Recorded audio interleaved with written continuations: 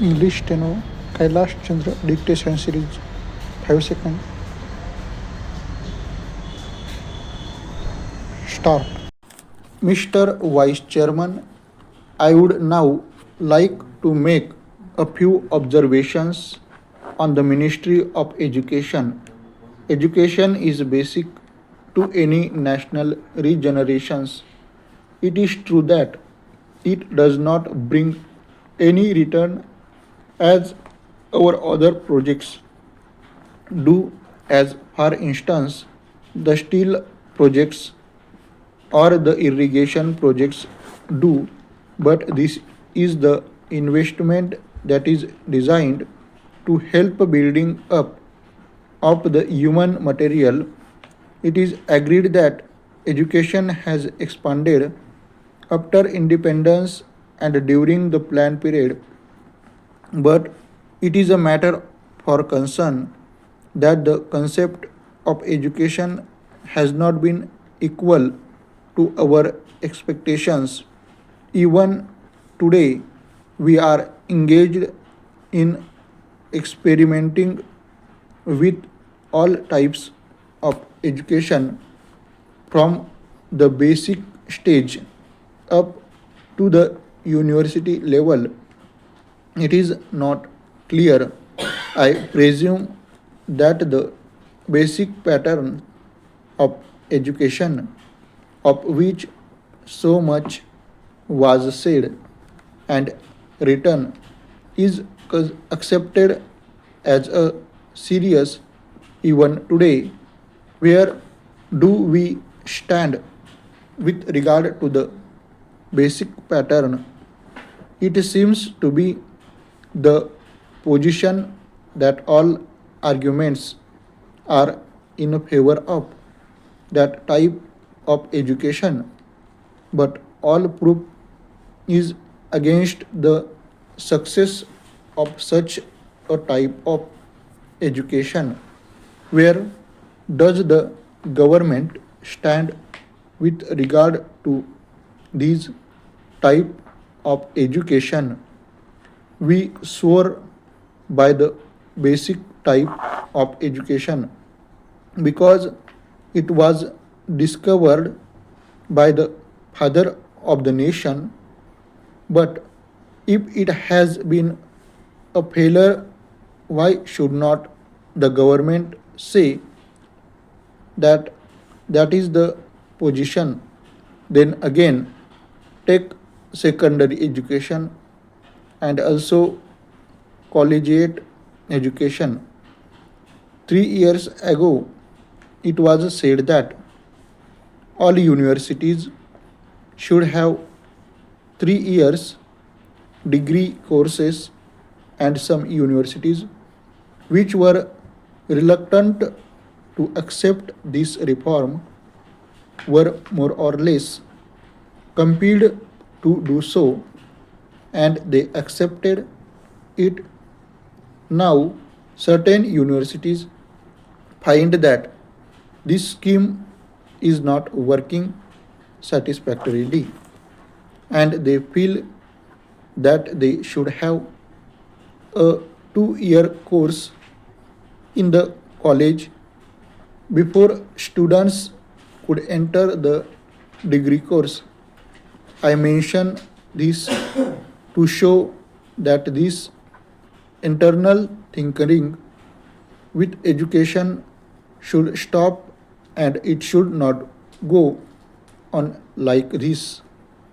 This university is not only with regard to the main subjective of education, the main structure of education from the primary to the collegiate level, but also with regard to the course of studies, and also with regard to the language or medium of instruction.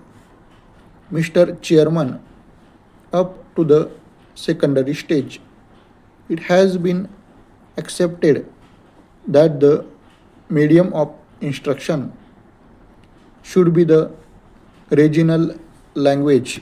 The National Integration Council, however, stated that if universities are to exchange professor, if they have to develop freely, then there should be the common medium of instruction, namely English and Hindi. Now, at the latest National Integration Council meeting, we are told that the medium of instruction in the colleges should also be the regional language. Ultimately, and if that comes to pass, I ask, how will national integration be achieved? It is permissible to envisage a stage if the scheme of the National Integration Council is implemented where different universities will have different medium of instruction, and the main that will be drawn from these universities will have to man the judiciary of the land and the all India services, but they will not be able to serve in a state other than the one in which they were educated.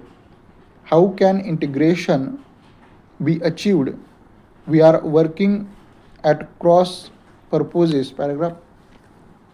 It is time that a higher power body was appointed to hammer out a national scheme of education having integration as the basic aim and to implement it systematically.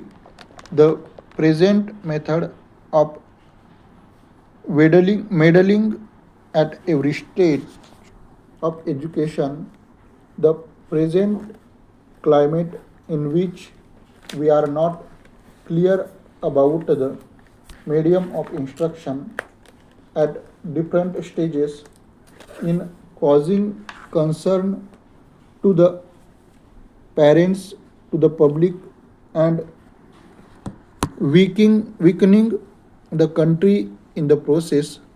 This is a major problem at this stage of the development of the country. Paragraph.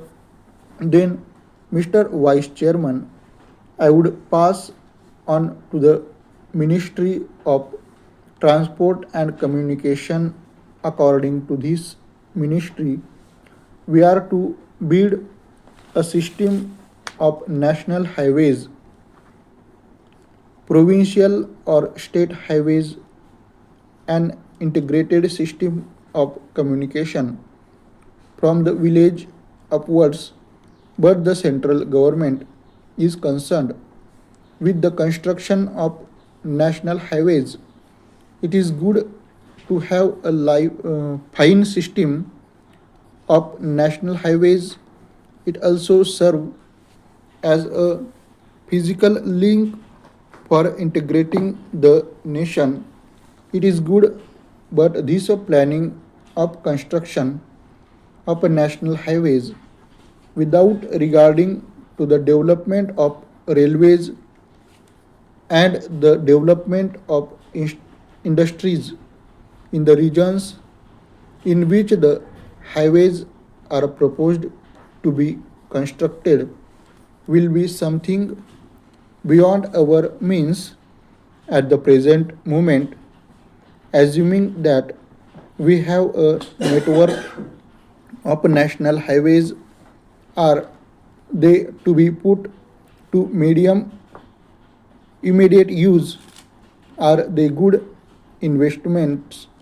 Unless you have industrial, small, big, or medium coming along the highways, unless they assure you a fair return for the investment, It is not desirable to have a system of highways for the sake of mere transport of passengers. In other words, we should have a scheme of priorities for the national highways so that they can be looked after